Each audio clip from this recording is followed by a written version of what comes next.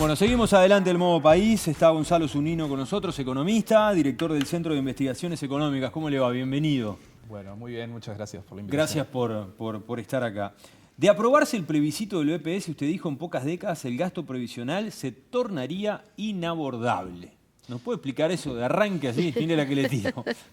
Bueno, a ver, el plebiscito en sí, en la papeleta, plantea lo que podría ser una reforma previsional, ¿sí? Eso hay que tenerlo, quizá creo que es como para arrancar ese punto. No es un referéndum, no es el caso de la LUC, que lo que se plantea es derogar lo que se hizo el año pasado. Acá se plantea una reforma provisional en sí, que obviamente como queda en la Constitución, deroga por defecto la que se aprobó el año pasado, pero queda vigente el esquema jubilatorio que estaría plasmado en esa papeleta. Ese esquema jubilatorio... Es una nueva reforma. Es una nueva reforma más resumida porque queda en el texto constitucional, cortito, pero es una reforma. Plantea los parámetros principales, edad de retiro, cómo se calcularía, cómo sería el cálculo jubilatorio, cómo sería la estructura de pilares del sistema de seguridad social. Así que es una reforma jubilatoria en sí lo que se está votando, por sí o por no. Que eso es interesante porque uno puede estar en contra de la que se votó el año pasado y no necesariamente estar a favor de la que se está proponiendo ahora, ¿sí? Que sería distinto a si yo quiero derogar solo la del año pasado. La que se está proponiendo ahora es una reforma que aumenta la generosidad, si se quiere, de las prestaciones. En particular, en lo que se refiere a edad, volvemos a lo que era la ley 16.713, o sea, la que estaba previo a la reforma que se aprobó. A ver, Gonzalo, para que se entienda, para que quede bien claro. Algunos actores políticos han dicho... vamos a discutir la reforma de la seguridad social. Lo que se aprobó no sirve, vamos a discutir. Esto no es discutir, esto es lo que se aprobó queda sin validez y esto que tenemos ahora es lo que pasa a regir. Es lo que pasa a regir, claro. Discutir sería, bueno, en términos de edad, 65, 60, 63. Sí, sería volver a la conversación. Para todos, para Ahí algunos. está. Acá ya resolvemos. 60 para todos que cumplan 30 años de aporte. Bien. ¿Cómo se hace el cálculo jubilatorio? ¿Cuáles son los parámetros? Acá ya está resuelto. Ya te lo dicen. Son los mismos de la ley 16.713. Las jubilaciones mínimas aumentan. O sea, ya está todo el paquete. Bien. ¿Y esto qué implicaría? Y esto implica un aumento del gasto, ¿sí? Que eso es lo que desde CIMBE, en particular en algunas columnas y en un trabajo que hicimos y presentamos el año pasado en diciembre con estimaciones, alertábamos que va un poco en contra del diagnóstico previo o que dio origen a la discusión de la reforma. Porque el diagnóstico que dio origen a discutir la reforma era, bueno, para el futuro estamos percibiendo una brecha creciente entre la tendencia del gasto y la tendencia de los ingresos del sistema de seguridad social. Esa brecha genera preocupación en muchos agentes, pero en particular en todos los que le prestan plata a Uruguay, ¿sí? Esa brecha ocurriría dentro de unas décadas, pero Uruguay emite deuda pública a varias décadas, ¿sí? Entonces, cuando los agentes empiezan a ver que hay una brecha no resuelta de financiamiento, empiezan a preocuparse y obviamente cuando vos decís, capaz que me paga, capaz que no, empiezo a cobrarte la deuda más cara. Entonces resolver esa brecha de financiamiento era algo necesario para que Uruguay pueda mantener al menos las condiciones de endeudamiento actuales que han mejorado mucho, ¿sí? Desde la crisis del 2002 hasta ahora, Uruguay ha mejorado muchísimo sus condiciones de endeudamiento y eso genera más espacio fiscal para otras cosas. Digamos, si uno paga menos cantidad de intereses, con la misma recaudación el gobierno puede hacer más obra de infraestructura, más gasto social, más gasto del que se nos puede ocurrir. Entonces el diagnóstico era cerremos esa brecha. ¿Cómo se cierra esa brecha? Bueno, o conteniendo la tendencia alcista del gasto o aumentando ingresos. La reforma del año pasado básicamente no operó sobre el lado de los ingresos, ¿sí? No hizo ninguna reforma, no modificó nada del lado de los ingresos. Hizo cambios que permiten contener el gasto, ¿sí? Expliquemos, en base a aumentar la edad de jubilación. Esto quiere decir que hay 5 años más de aportes y por 5 años las personas, en vez de jubilarse a los 60, a la larga se van a estar jubilando a los 65. Por ahí vino lo de reducir el gasto. Exactamente, ese es el punto más importante de los que reduce el gasto de lo planteado en la reforma pasada. La reforma que estaríamos votando en el plebiscito, de nuevo, no toca nada del lado de los ingresos, en la hoja no se plantea nada desde el lado de los ingresos, así que esa que era una de las críticas que se le había hecho a la reforma del año pasado, seguiría vigente, y en vez de contener el gasto, lo que hace es expandir el gasto. O sea que la visión de ustedes, ahora te voy a preguntar exactamente si la estimación es similar a la que hace el BPS, ¿no? Pero la visión por lo menos es que el efecto adverso sería, digamos, evidentemente importante. El BPS, por ejemplo, habla de que sería el equivalente a aumentar el IVA a 35 puntos o a subir la tasa de aportes. ¿Ustedes están también en esa línea? Bueno, hay que ver cuál es el objetivo que se logra, ¿no? Hasta dónde volvés y con qué impuestos. Nosotros lo que planteamos en las estimaciones que hicimos y que presentamos en diciembre es que la trayectoria del déficit de BPS, la diferencia entre los ingresos por aportes y los gastos por prestaciones, hoy son más o menos un poco menos de 4 puntos del PBI. ¿Sí? Esto iría creciendo en el tiempo en caso de votarse esta reforma. Y ya para el 2050 estaríamos en 8 puntos del PBI. Eso es un montón. Hay que tener en cuenta que es el presupuesto, tú lo has dicho, ustedes lo han dicho en el CIME, de la educación total, ¿no? O sea, todo el presupuesto educativo. Y eso sería lo que plantean nuestras estimaciones ya para el 2050. Que de nuevo nada. Parece lejos, pero faltan 25 años. Uruguay ya emite deuda más larga que ese plazo. Además, ¿sí? Te quiero preguntar otra cosa que me parece relevante en esto de la equiparación de las jubilaciones al salario mínimo interprofesional. Porque por un lado está lo de la edad, llevarlo a 60, empezar a cobrar la jubilación desde los 60, que sabemos que Uruguay no tiene una paramétrica, digamos, neutra, sino que conviene empezar a cobrar en cuanto te llega la edad de jubilación. En otros países no, en otros países cuanto más tarde te jubilás, más cobrás. En este caso no es así. Pero más allá de eso, tenemos el hecho de equiparar jubilaciones con salario mínimo. Esto, que se basa justamente en el gasto, podría llegar a afectar el mercado de trabajo en la medida que, por ejemplo, se evite subir el salario mínimo en algún momento en el futuro con el fin de no aumentar jubilaciones y pensiones, porque es mucho lo que aumenta todo junto. Bueno, sí, ese es uno de los puntos que también nosotros mencionaba la columna, mencionábamos el trabajo. Podría pasar. ¿Por qué? Porque en el fondo el salario mínimo es una herramienta de regulación del mercado de trabajo. Claro. Cuando tú tienes un instrumento y un objetivo, básicamente manejas ese instrumento pensando en el objetivo. Y bueno, y de hecho, cuando hay movimientos del salario mínimo en cualquier parte del mundo, los académicos lo que estudian son los efectos que tiene sobre el mercado de trabajo. ¿Sí? ¿Qué cambios genera en los comportamientos de la oferta de trabajo? ¿Qué cambios genera en los comportamientos de la demanda de trabajo? Y ver si entonces ese movimiento fue adecuado o no para el objetivo que se buscaba. Pero siempre pensando en el mercado de trabajo. Cuando ya el salario mínimo controla también otro objetivo, que es el gasto previsional, y que decíamos que es un objetivo interesante porque está marcando esta brecha que era la preocupación original del proceso de reforma.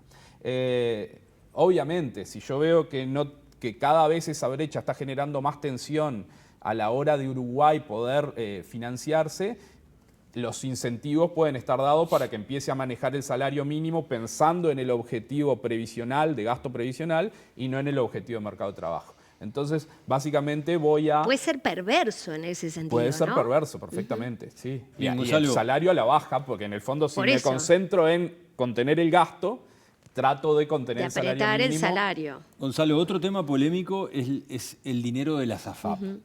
Por ejemplo, quien defiende... quienes defienden la reforma que está vigente dicen de que no se toca ese dinero, de que se respeta. Ahora, también han dicho de que lo que plantea el PIT-CNT es incautar esa plata, de alguna manera es la palabra que han utilizado algunos, para luego repartirla. Un ahorro de un uruguayo, llevarlo a una bolsa en común para luego compartirlo. ¿Qué es exactamente lo que propone esta nueva reforma con ese dinero? Bueno, ahí siempre hay interpretaciones porque, digamos, cuando uno tiene una papeleta escrita, ahí los juristas empiezan a interpretar de una forma o de otra. Yo entiendo que lo que se plantea es algo parecido a lo que pasó con los cincuentones, ¿sí? Donde a algunas personas se les permitió salirse del régimen de AFAP y volver al régimen de BPS, y lo que ellos tenían acumulados en sus cuentas pasó a un fideicomiso que no puede utilizarse para otro tipo de gasto que no sea pagar jubilaciones, ¿sí? Entonces sale esa plata que hoy está ahorrada en cuentas individuales, pero está ahorrada para financiar jubilaciones, pasa a un fideicomiso, no podría utilizarse para gasto corriente, no podría utilizarse para otro tipo de gastos, solo jubilaciones. No necesariamente es individual, no necesariamente. No va a ser financiamiento individual, o sea, no es que te la guardan para financiar tu jubilación en particular, se guarda para financiar jubilaciones. Y bueno, y a cambio te cambian las condiciones jubilatorias. En particular, y acá es donde yo tengo un poco de discrepancia, a veces cuando quizás se hace se asusta demasiado, la mayoría de las personas que le dan la chance de cambiarse terminan cambiándose, porque la promesa jubilatoria bajo las condiciones de BPS es más alta que la promesa jubilatoria bajo las condiciones del régimen de ahorro individual. Sí, pero acá no tendrías chance. No, acá no tendrías chance. En general es ley, vos te pasás, te pasaría la ley y pasarías a estar con tu jubilación completamente por el hecho de BPS. Técnicamente ¿se podría decir que perdés el dinero? No. No, porque lo recibís por BPS. A ver, tu ahorro individual, es cierto, se utiliza para financiar tu jubilación, pero en el fondo, que es algo que se dice, no es un ahorro realmente, no es un ahorro del que podés disponer, en general durante tu vida activa, y cuando llegas a tu vida al momento de jubilarte tampoco podés disponer. Ese ahorro se utiliza para comprar una renta vitalicia, que también eso no lo elegís vos, se utiliza para comprar una renta vitalicia en el único prestador que hoy la sirve a ese tipo de productos, que es el Banco de Seguro del Estado. Entonces, vos ahorraste, con eso se compra una renta vitalicia a un prestador que básicamente es monopólico, te cobra, está regulado, pero te cobra una comisión y te brinda un servicio y te paga una jubilación. Acá te dicen, bueno, ese ahorro a vos te van a pagar una jubilación con otros criterios. En general, lo tentador es que esos criterios, para la gran mayoría, pagan más. Y de ahí el aumento del gasto en jubilaciones, ¿sí? Claro. Acá hay un la argumento contradicción también. sería Sí. pensar que este otro mecanismo Pagaría paga menos, claro. y entonces ¿por qué aumenta el gasto? En realidad paga más.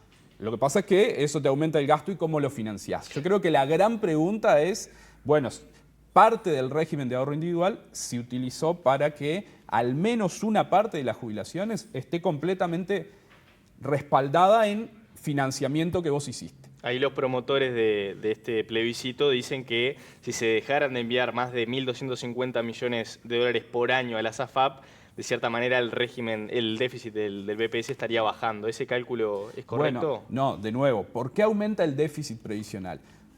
Por esta idea de que paga más, de que el régimen del reparto tiene subsidios implícitos que pagan más. Entonces, si yo me traigo los aportes de los trabajadores y me traigo también el fondo acumulado, me traigo un activo y me traigo ingresos, ¿sí? Mi flujo de ingresos por año aumenta. Pero me traigo también el pasivo previsional, o sea, me traigo también el compromiso de pagarte la jubilación. Como este régimen tiene muchos subsidios implícitos y entonces la jubilación que se paga es bastante más alto que lo que se aportó, me traigo tus aportes, pero me traigo el compromiso de pagarte la jubilación. Y me traigo el compromiso. compromiso. Eso es lo que aumenta el déficit. Y me lo traigo con esa paramétrica que tiene el BPS, que es lo que tú explicas de los subsidios, que por eso lo que se dice claramente, y es verdad, es que cuando tú cobras por el BPS tu parte de jubilación, terminas cobrando más de lo que aportaste, ¿verdad? Pero cuando vas a la FAP terminás cobrando menos, porque entre comisiones, el IVA y además que te calculan 100 años de vida, evidentemente terminás cobrando menos en el año a año, ahora, en el mes a mes. Ahora, eso que tú hablas de lo que es el pasivo que nos traemos, ¿qué está significando? Porque esta conversación se da todo el tiempo, lo que decía Diego recién, los 1.500 millones de dólares, los 22.000 millones de dólares de los que se está hablando, eso forma una gran cantidad de dinero que iría al BPS. Expliquemos por qué ustedes han analizado que a la larga eso no funciona. Bueno, ahí es un poquito complejo, pero podríamos decir, lo que te traes, el fondo que te traes, se sabe cuánta plata es hoy, ¿sí? Que son esos 22.000 y algo de millones de dólares, 27 puntos del PIB. Cuando te traes eso, te traes un compromiso de pagar jubilaciones que genera una tendencia creciente del déficit de BPS, ¿sí? Podríamos decir, ¿cuánto vale esos déficits acumulados a lo largo del tiempo si los traemos a día de hoy? ¿Sí? Porque entonces me traigo el activo, pero me traigo un compromiso de pasividades que lo voy a ir pagando de a poco, pero ¿cuánto vale si lo traigo a día de hoy?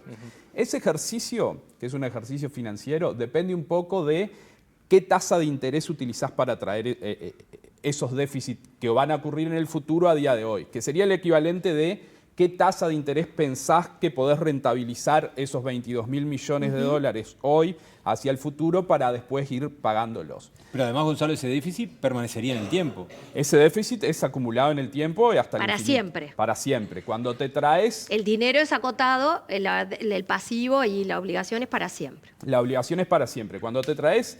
Digo, en algún momento va a colapsar otra vez. Bueno, claro. Y el punto es que si te traes, simplemente nosotros hicimos el ejercicio de traerte los déficits, el crecimiento del déficit de los próximos 75 años. ¿Sí? Decíamos, lo que te traes de activo vale 27 puntos. Eso que te traes de déficit acumulado, en el escenario más razonable, vale en el orden de 90 puntos del PBI hoy. Así que te traes 27, pero te traes un crecimiento de la deuda que vale más o menos 90. En escenarios muy optimistas, ese déficit creciente que te lo traes vale hoy más de 40 puntos del PBI. Entonces, ¿en qué momento colapsaría el sistema? Porque bueno, hablas de 75 años y cualquiera diría, bueno, que se arreglen las próximas generaciones porque dentro de 75 años, ¿dónde voy a estar? Bueno, es que, a ver, hablar de que colapsan los sistemas... Habrá en general, reforma de vuelta. No va a llegar un momento que no se paguen las jubilaciones. Esto siempre se resuelve. El tema es que se resuelve con un cambio de nuevo y en general más sobre la fecha, más sobre el momento en que te estás por quedar sin reservas. Donde vamos a pagar lo que sea total de salvarlo. Claro, más parecido a como ha ocurrido en algunos de los subsistemas, caja bancaria, caja profesional, sí, que con cuando el la agua solución al cuello se hace muy sobre el momento de quiebre, que no es momento de quiebre, porque de última el Estado, que es momento de distorsión grande, el Estado puede emitir, entonces o puede emitir deuda, o puede emitir, pero eso empieza a generar todo un problema macroeconómico grande. Antes de que pase eso, se va a solucionar. O sea, la sostenibilidad igual hay que analizarla, porque está complicada, más allá que hoy hay, bueno, ustedes han analizado cobertura, a nivel de cobertura y también de poder pagarlo, eso es bueno, pero la sostenibilidad es compleja, sin embargo, esta fórmula no sería la más... No, decíamos, queríamos resolver un problema entre una tendencia del gasto que superaba los ingresos y la propuesta que hoy estamos votando incrementa esa brecha. O sea, va contra el diagnóstico en el punto de partida. Ese es como el principal problema. Muchas gracias. Gonzalo, muchísimas gracias por estos minutos. Interesante charla. Seguramente volveremos a conversar en algún otro momento. No, muchas gracias, Steph.